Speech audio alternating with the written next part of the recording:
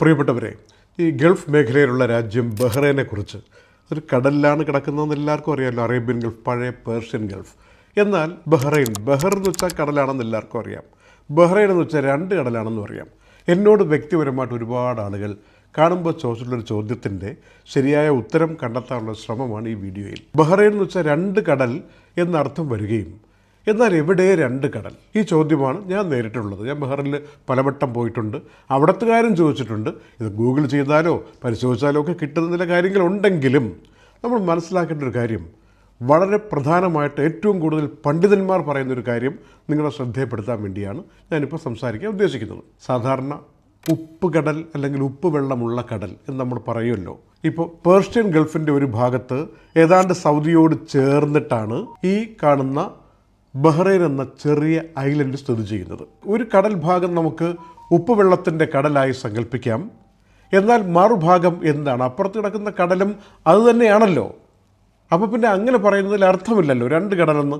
എന്നാൽ മുകളിലെ വെള്ളം മുഴുവനും ഉപ്പുവെള്ളമായിരിക്കുകയും അതിൻ്റെ അടിയിൽ, പ്രത്യേകിച്ച് ഈ പേർഷ്യൻ ഗൾഫിൻ്റെ അടിയിൽ ഈ ബഹ്റൈൻ്റെ ഭാഗത്തായിട്ട് വളരെ താഴ്ചയിൽ ശുദ്ധജലത്തിൻ്റെ ഉറവ ഉണ്ട് എന്ന് സയൻസ് കണ്ടെത്തിയിരിക്കുകയാണ്. ഇത് രണ്ടും കൂടെ ചേരുമ്പോഴാണ് രണ്ട് കടൽ എന്ന അർത്ഥത്തിൽ ഇങ്ങനെ ഒരു പ്രയോഗം ബഹ്റൈൻ എന്ന് ആധുനിക രീതിയിൽ ഉണ്ടായിരിക്കുന്നത്. അപ്പോൾ പഴയത് ഈ ബഹ്റൈൻ ഐലൻഡ് എന്ന് പറയുന്ന പ്രധാനപ്പെട്ട ഭാഗം. ഇന്നിപ്പോൾ ആളുകൾക്കറിയാം, എല്ലാം കൂടെ ചേർന്ന് 80-ലധികം ചെറുതും വലുതുമായ ഐലൻഡുണ്ട്. അതിൽ ബഹ്റൈൻ എന്ന് പറഞ്ഞ ഐലൻഡാണ് ഏറ്റവും വലുത്. ഏതാണ്ട് 80%-ലധികം വലിപ്പം വരുന്നതാണ്. എങ്കിലും ഇന്നത്തെ ബഹ്റൈൻ്റെ പഴയ പേരെന്താണ്? അവൽ എന്നാണ് അത് അറിയപ്പെടുന്നത്. AWAL എന്ന് ഇംഗ്ലീഷിൽ പറയാം. എന്തുകൊണ്ട് അവൽ എന്ന പേര് അവിടെ വന്നു? അപ്പോൾ ആദ്യത്തെ അതൊന്നോ പ്രയോറിറ്റി ഉള്ളതൊന്നും അർത്ഥത്തിലായിരുന്നില്ല. വെയിൽ ട്രൈബ് എന്ന് പറയുന്ന ഒരു ഗോത്രം കടലുകൾ നീന്തിക്കടന്ന് ചെറിയ തോണികളിലായിട്ട് ഈ പ്രദേശത്ത് ഇന്ന് ബഹ്റിനിരിക്കുന്ന ഐലൻഡ് ഭാഗത്ത് തമ്പടിച്ച് അവിടെ ജീവിക്കാൻ പറ്റുമെന്ന് കാണിച്ചു കൊടുത്തുകൊണ്ട് AD 300 മുതൽ ഏതാണ്ട് ഇസ്ലാം വരുന്ന കാലഘട്ടം വരെ 350-400 കൊല്ലം അവിടെ ഇങ്ങനെ കഴിഞ്ഞുവെന്നും ഇസ്ലാമിന് ശേഷമാണ് അവിടുത്തെ സംസ്കാരമൊക്കെ മാറി വേറെ രൂപത്തിലായതെന്നും ചരിത്രം പറയുകയാണ്. അന്നവർക്ക് വേറെ പലതരത്തിലുള്ള വിഗ്രഹങ്ങളും മറ്റും ആരാധനയ്ക്കായിട്ടുണ്ടായിരുന്നെന്നും ആ വിഗ്രഹത്തിൻ്റെ പേര് തന്നെ അവൽ എന്നായിരുന്നെന്നും ഒക്കെ ചരിത്രരേഖകൾ പറയുന്നുണ്ട്. എങ്കിലും ഏറ്റവും പ്രധാനപ്പെട്ടതായി ബഹ്റൈൻ എന്ന ഈ ദ്വീപുമായി ബന്ധപ്പെടുത്തി, ഇന്നത്തെ ഗൾഫ് രാജ്യവുമായി ബന്ധപ്പെടുത്തി പറയുന്നത്, ബഹ്റൈൻ്റെ പല ഭാഗത്തും ഈസ്റ്റിലും വെസ്റ്റിലുമൊക്കെയായി ഇപ്പോൾ ശുദ്ധജലത്തിൻ്റെ നീരുറവ വ്യക്തമായിട്ടുണ്ട് എന്നാണ്. സ്പ്രിങ് പോലെ അടിയിൽ ഇങ്ങനെ ഒരു അരുവി പോലെ തന്നെ ശുദ്ധജലമുണ്ട് എന്ന് അന്നേ കണ്ടെത്തിയെന്നാണ് പറയുന്നത്.